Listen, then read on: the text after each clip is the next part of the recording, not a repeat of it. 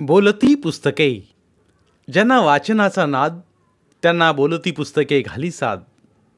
आमचं channel subscribe करा आणि सबस्क्राईब करायला इतरांनाही सांगा. नमस्कार श्रोते मित्र हो, बोलती पुस्तके सादर करीत आहे लेखिका प्रतिभा सराफ लिखित कथा दत्तक. प्रतिभाताईंच्या वाढदिवसानिमित्त आज खास या कथेचं प्रसारण होत आहे. सर्वप्रथम बोलती पुस्तके परिवाराकडून प्रतिभाताईंना वाढदिवसाच्या लाख लाख शुभेच्छा. कथेचं नाव दत्तक. मृणाल एकटक त्या दोघींकडे पाहत होती. साधारण तिच्याच वयाची एक मुलगी तावातावानं बोलत होती आणि तिची आई तिच्याशी अत्यंत प्रेमानं बोलत होती. इतक्यात एक बस आली. त्या दोघी त्या बसमध्ये चढल्या. बस निघून गेली. मृणालच्या उशिरानेच लक्षात आलं तिलाही याच बसमध्ये चढायचं होतं. संध्याकाळी घरी आल्यावर तिने TV लावला. सावत्र आई आणि मुलगी यावरचा प्रसंग चित्रित केलेला होता. स्वाभाविकपणे आईचे छळणे आणि मुलीचे सहन करणे पाहून मृणालच्या डोळ्यात पाणी आलं. त्यानंतरचा बराच काळ मृणाल कोणत्या तरी विचारांच्या तंद्रीत हरवली. जेव्हा परत TV पाहिलं तेव्हा बहुधा सिनेमाचा शेवट चालू होता. कुठे होतीस ग माझी बाय, म्हणत एक बाई या मुलीला कुरवाळत होती. डोक्यावरून हात फिरवत होती. अशीच कधीतरी भेटेल का मला माझी आई, मृणालच्या मनात आलं आणि असं म्हणत ती रडू लागली. कॉलेजच्या लायब्ररीत कोणते तरी पुस्तक शोधताना तिला आई नावाचे कवितेचे पुस्तक सापडले. तिने पहिलं पान उघडलं. त्यावर एक वाक्य होतं, जिच्याकडे आई तिच्याकडे सर्व काही. मृणालचे डोळे परत पाणावले. तिची मैत्रीण जान्हवी तिच्या बाजूला बसली होती. तिने विचारलं, अगं रडायला काय झालं. मृणालकडे उत्तर नव्हतं. तिने सभोवार नजर फिरवली.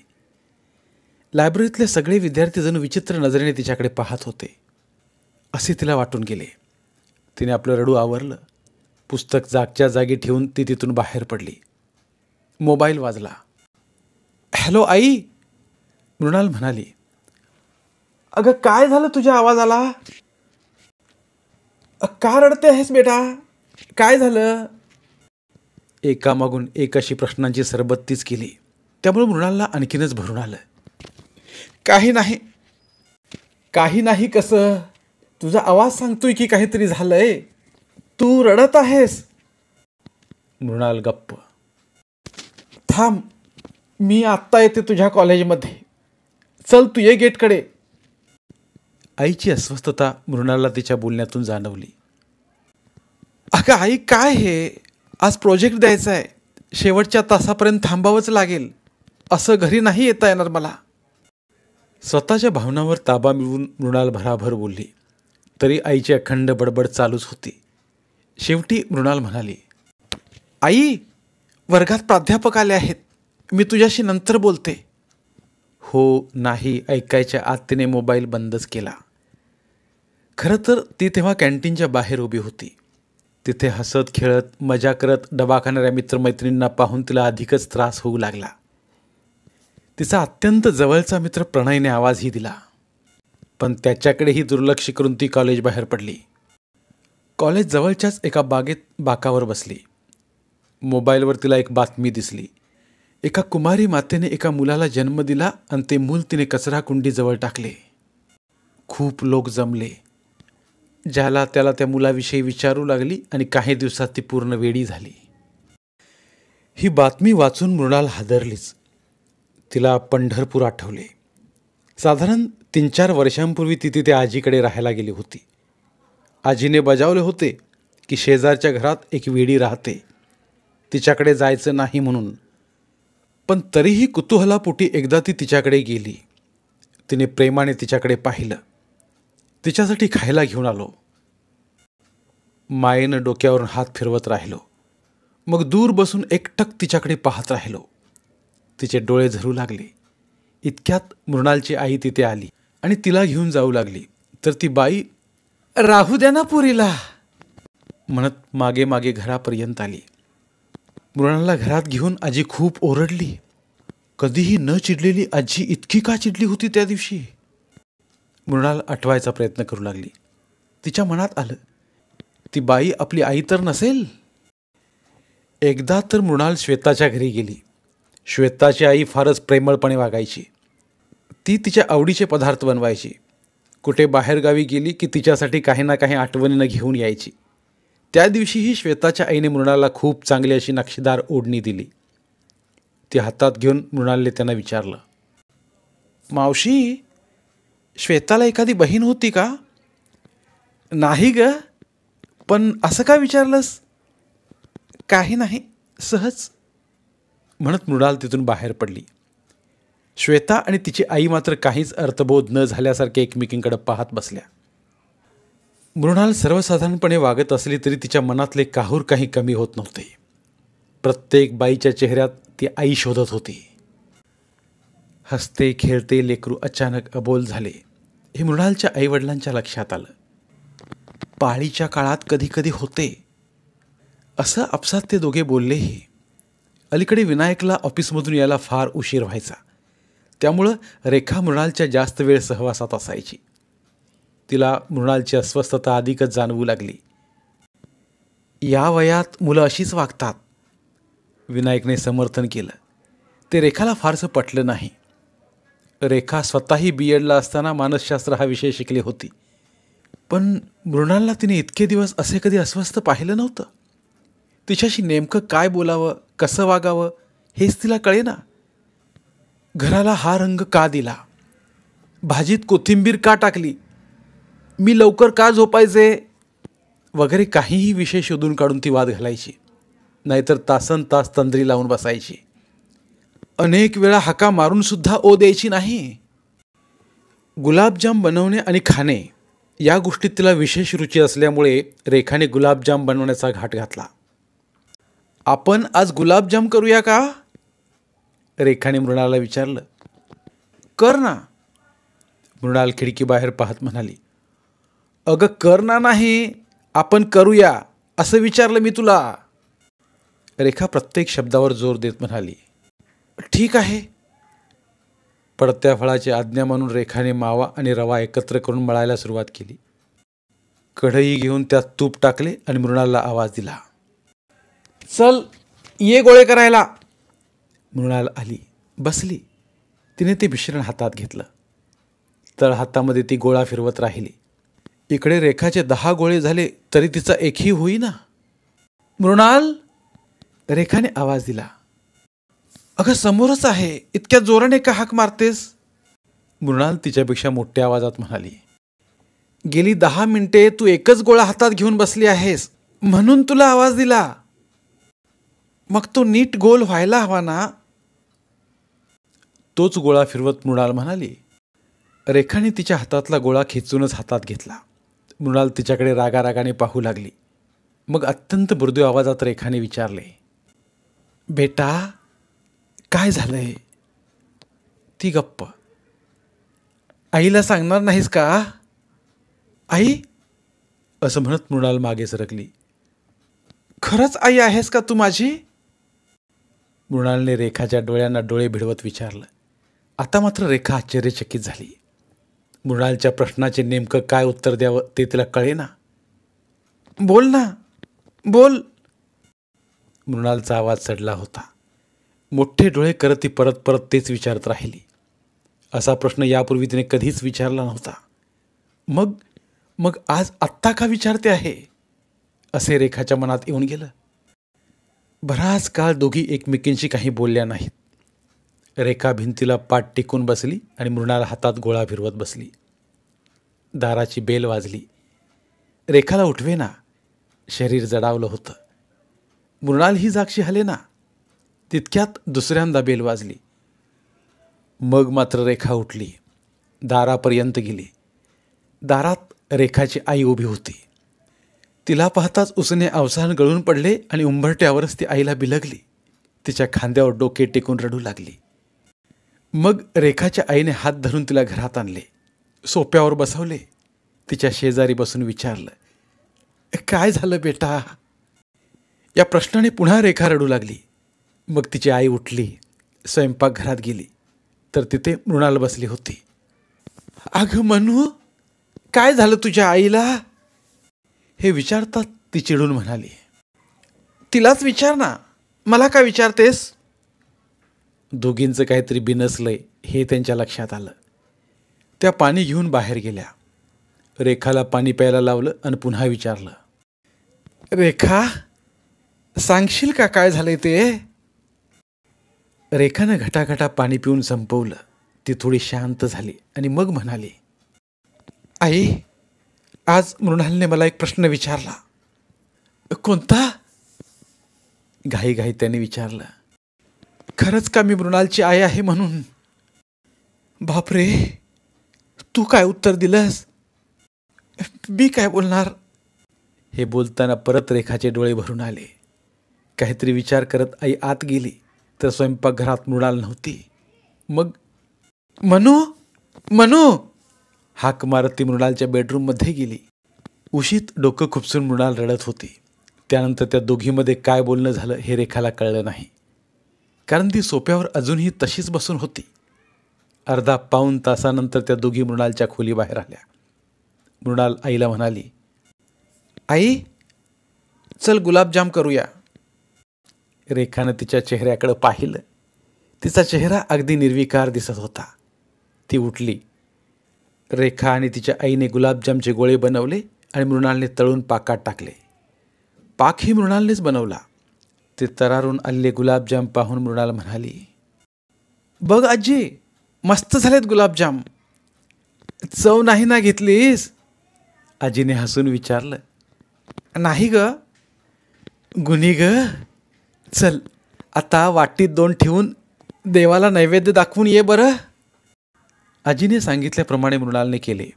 मग आजी म्हणाली, चल, आता 3 वाट्यांमध्ये काढ. आपणही गरम गरम खाऊया. आजी, आई, मृणालने आवाज दिला. तशी रेखा म्हणाली, तुम्ही दोघी सुरू करा, मी येते चहासाठी आधण ठेवून.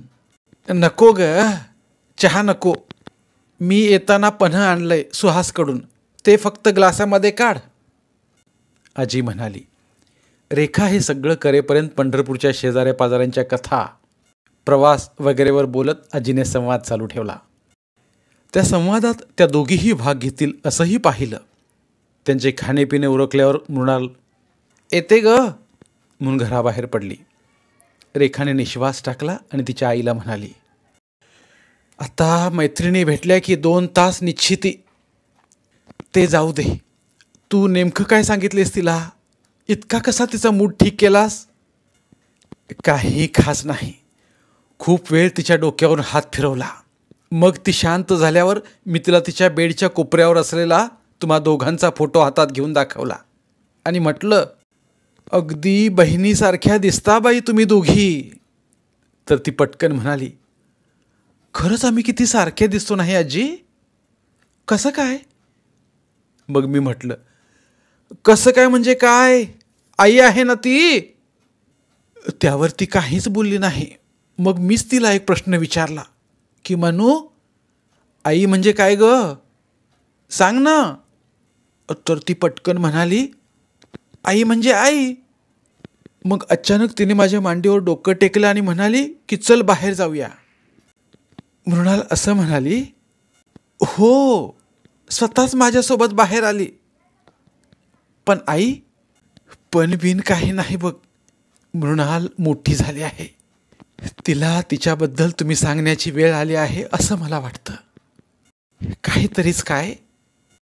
इतक्यात दार उघडण्याचा आवाज आला आणि रेखा म्हणाली, हा आला वाटतं. हो, तुझा हा आला.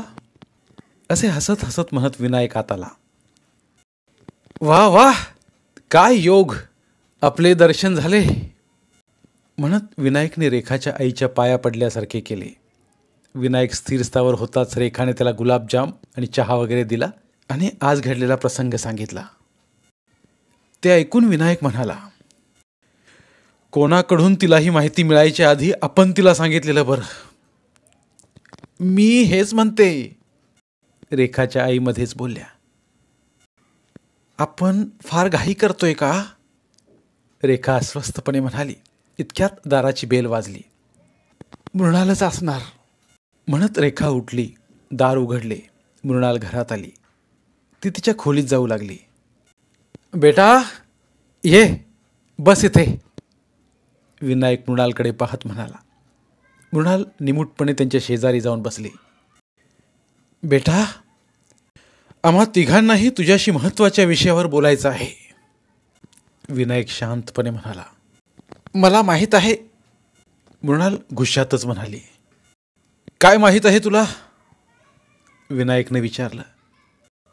जे तुम्हाला सांगायचंय, मृणालने तिरकसपणे उत्तर दिलं. हे बघ मृणाल, विनायकचा आवाज चढला. लगेच रेखाच्या आई म्हणाल्या. हे बघा, पोरीशी खालच्या आवाजात बोललात तर बरं होईल. विनायकने त्यांच्याकडे रागारागाने कटाक्ष टाकला. मग मृणालच्या जवळ सरकला आणि म्हणाला.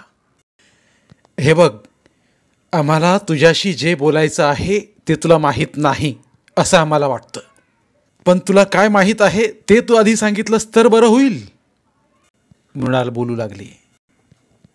8-10 दिवसांपूर्वीची गोष्ट. माझ्या कॉलेजमध्ये मला एका प्रकल्पासाठी निवडलं आहे. त्यासोबत मला माझ्या चित्रकलेच्या प्राथमिक परीक्षेचा दाखला जोडायचा होता. ते शोधायला मी माळ्यावरच्या काही फायली काढल्या. त्यामध्ये एक फाईल माझ्या दत्तक विधानासंबंधी होती. तिघेही डोळे विस्पारून पाहू लागले. मृणाल पुढे बोलली. मी तुमची मुलगी नाही, म्हणजे रक्ताची मुलगी नाही. बस कर बेटा, आपल्या उजव्या हाताचा पंजा उंचावून तिला थांबवत विनायक म्हणाला. तिचं हे वाक्य रेखाचंही काळी चिरत गेलं. मृणाल पुढे बोलू लागली. हे तुम्ही मला कधीच सांगितलं नाहीत. अशा गोष्टी सांगायच्या असतात का, आजी म्हणाली. म्हणजे मला ती फाईल सापडली नसती तर तुम्ही कधीच सांगितलं नसतं की, चिडक्या आवाजात मृणाल म्हणाली. यावर तिघेही गप्प बसले. मनू, मी बोलू का जरा, आजी म्हणाली. त्यावर मृणाल काहीच बोलली नाही. बघ बेटा, आता तू 19 वर्षाची झाली आहेस. आम्ही काहीही लपवून ठेवणार नाही. तू सुज्ञ आहेस, आम्हाला समजून घेशील. मग आजीने सगळ्यांकडे पाहिले. प्रत्येकाच्या मनातून काय ऐकायला मिळेल याचं कुतूहल होतं.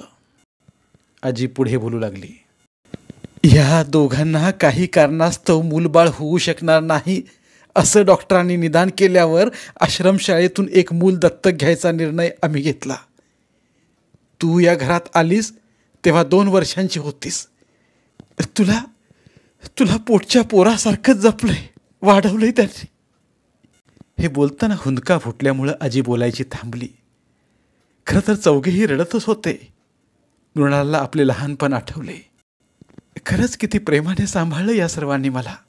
यांचे आभार मानण्याऐवजी आपण त्यांना दुःख देतोय याची तीव्र जाणीव झाली तिला. ती उठून उभी राहिली, म्हणाली. क्षमा करा मला, माझे चुकलंच. रेखानं उठून तिला जवळ घेतलं तेव्हा रात्रीचे 12 वाजून गेले होते. विनायकही उठून त्यांच्याजवळ गेला. तिघेही एकमेकांना घट्ट धरून अजूनही रडतच होते. साश्रू नयनाने हे दृश्य पाहणारी आजी म्हणाली. मला मधुमेह आहे, आपण जीवूया का थोडं. यावर सगळेच हसले आणि रेखा ताटे घेण्यासाठी स्वयंपाकघरात गेली. मृणालने सगळी भांडी जेवणाच्या टेबलावर मांडली. जेवण झाल्यावर मृणाल आणि आजी झोपायला गेल्या. दुसऱ्या दिवशी मृणाल कॉलेजला निघून गेली. विनायकही ऑफिसमध्ये गेला. रेखा ऑफिसमध्ये जाण्याची तयारी करीत होती. तेव्हा रेखाची आई म्हणाली. काल रात्री मनू मला विचारत होती की माझी जन्मदात्री आई मला कळू शकेल का, फक्त एकदाच मला भेटायचंय. काय, रेखा चित्कारलीच. हो ना, मी तिला समजावलं की आश्रमशाळेच्या नियमानुसार कोणालाही ही गोष्ट कळू देत नाहीत. मग ती म्हणाली की ती याचा शोध घेईल म्हणून. बापरे, असं म्हणत अत्यंत चिंताग्रस्त मनस्थितीत रेखानं घर सोडलं. पण त्या दिवशी ती कामावर गेलीच नाही. तिच्या डोळ्यांसमोर एक काळा प्रसंग चलचित्राप्रमाणे सरकला. रेखा त्यावेळी 23 वर्षांची होती. तिचे वडील इस्पितळात होते. रेखाचं शिक्षण पूर्ण झालं होतं. ती एका मुलाखतीला जाऊन घरी आली. आई हॉस्पिटलमध्येच होती. तीही तिथेच जाण्यासाठी तयार होत होती. अचानक बेल वाजली आणि रेखाने अर्धवट दरवाजा उघडता क्षणीच तिच्या चेहऱ्यावर कोणीतरी फवारा मारला. यापुढचे तिला काहीच आठवत नाही. रात्री उशिरा आई घरी परतली. मुलीला नको त्या अवस्थेत पाहिलं. झाला प्रकार तिच्या लक्षात आला.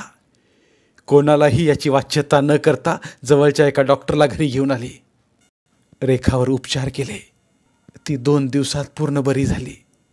वडील इस्पितळातून घरी आले. त्यानंतर हॉस्पिटल, डॉक्टर वगैरेमुळे रेखा कामात अडकली. नंतर नातेवाईक, शेजारी पाजारी, मित्रमंडळी हे वडिलांच्या भेटीला येऊ लागले. त्यातच 2-4 मुलाखतीनंतर तिला नोकरीही लागली. पण लवकरच तिला ती गरोदर असल्याचं कळलं. आईसोबत ती गर्भपात करण्यासाठी डॉक्टरांकडे गेली. उडत उडत ही गोष्ट वडिलांच्या कानी आली.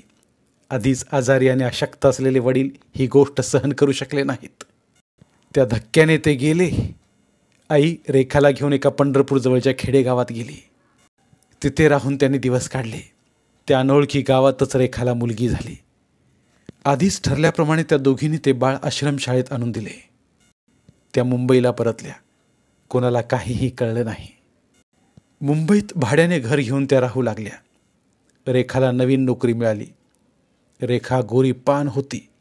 धारधार नाक, नाजूक जीवनी आणि सडसडीत बांधा यामुळे 4 चौघात उठून दिसायची ती. तिच्या बॉसने म्हणजेच विनायकने तिला मागणी घातली आणि त्यांचं लग्नही झालं. लग्नानंतर ऑफिसतर्फे आरोग्य चाचणीच्या दरम्यान विनायकला कळलं की त्याला मूल होऊ शकणार नाही. तसेही त्यांच्या लग्नाला 2 वर्षे उलटून गेली होती. मग त्या दोघांनी एक मूल दत्तक घ्यायचा निर्णय घेतला.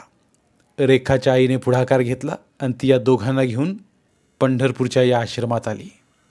आश्रमशाळेच्या माईंशी आधीच बोलणं झाल्यानुसार त्यांनी फक्त एकच मूल त्यांच्याकडे आहे असं सांगितलं आणि विनायकला फक्त ही मुलगी म्हणजे मृणालला दाखवलं गेलं. खरं तर ज्या दिवशी रेखानं हे मूल इथं आणून सोडलं होतं त्यानंतर ती कधीच इथे आलेली नव्हती. पण त्या दिवशी जेव्हा मृणालला माईंनी या दोघांना दाखवलं तेव्हा तिने धावत जाऊन आपले इवले हात रेखाच्या गळ्याभोवती गुंफले आणि रडू लागली होती. विनायकने लगेच मृणालला दत्तक घेतलं होतं. 17 वर्षांपूर्वीची ही घटना. रेखाला हे सगळं आठवलं. परंतु काही गोष्टी तिला खूप मनस्ताप देत होत्या. त्यासाठी ती स्वतःलाच नेहमीच गुन्हेगार समजत होती. एक म्हणजे तिने स्वतःच्या लेकराला आश्रमशाळेत आणून टाकले आणि दुसरे म्हणजे इतके वर्षे ही गोष्ट विनायकपासून लपवली. आणि तिसरी आणि महत्त्वाची म्हणजे केवळ विनायक बाप होण्यास असमर्थ होता म्हणून त्यांनी तिला दत्तक घेतलं. जर त्यांना दोघांना मूल झालं असतं तर ते दत्तक घेण्यासाठी कधीच येथे आले नसते आणि केवळ या 2 वर्षात मृणालला त्यांच्या आधी कोणीही दत्तक घेतलं नव्हतं म्हणून त्यांना तिला दत्तक घेता आलं होतं. रेखाचा अस्वस्थपणा वाढत होता. हिवाळ्याच्या दिवसात फुलांनी बहरलेल्या एका झाडाखालच्या बाकावरती बसली होती. डोक्यावर सावली असूनही ती आतून उन्हाच्या झळा लागल्यासारखी तापली होती. कोणत्या तोंडानं हे सगळे विनायकला किंवा मृणालला सांगायचं हा प्रश्न तिला सतावत होता.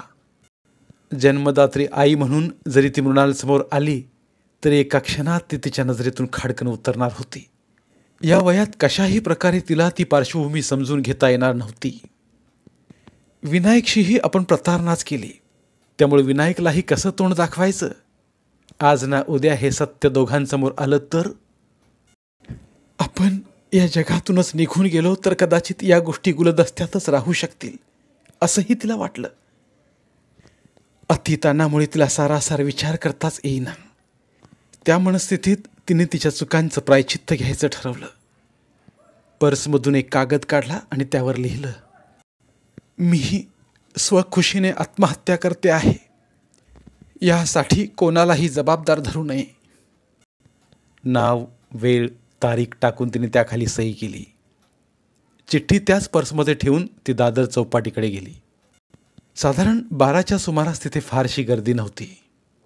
मागचा पुढचा विचार न करता ती वाळूतून पुढे चालू लागली.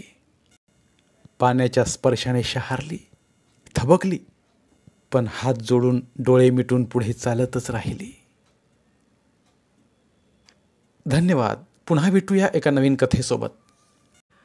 मराठीतील प्रतिभावंत लेखकांचं साहित्य कथा कादंबऱ्या ऐकण्यासाठी आमचं बोलती पुस्तके हे चॅनल सबस्क्राईब करा आणि मराठी साहित्याचा प्रसार करण्यासाठी प्रत्येक मराठी माणसाला सबस्क्राईब करण्यासाठी आवाहन करा आणि बोलती पुस्तके या साहित्य चळवळीत सहभागी व्हा. आपले पुन्हा एकदा धन्यवाद.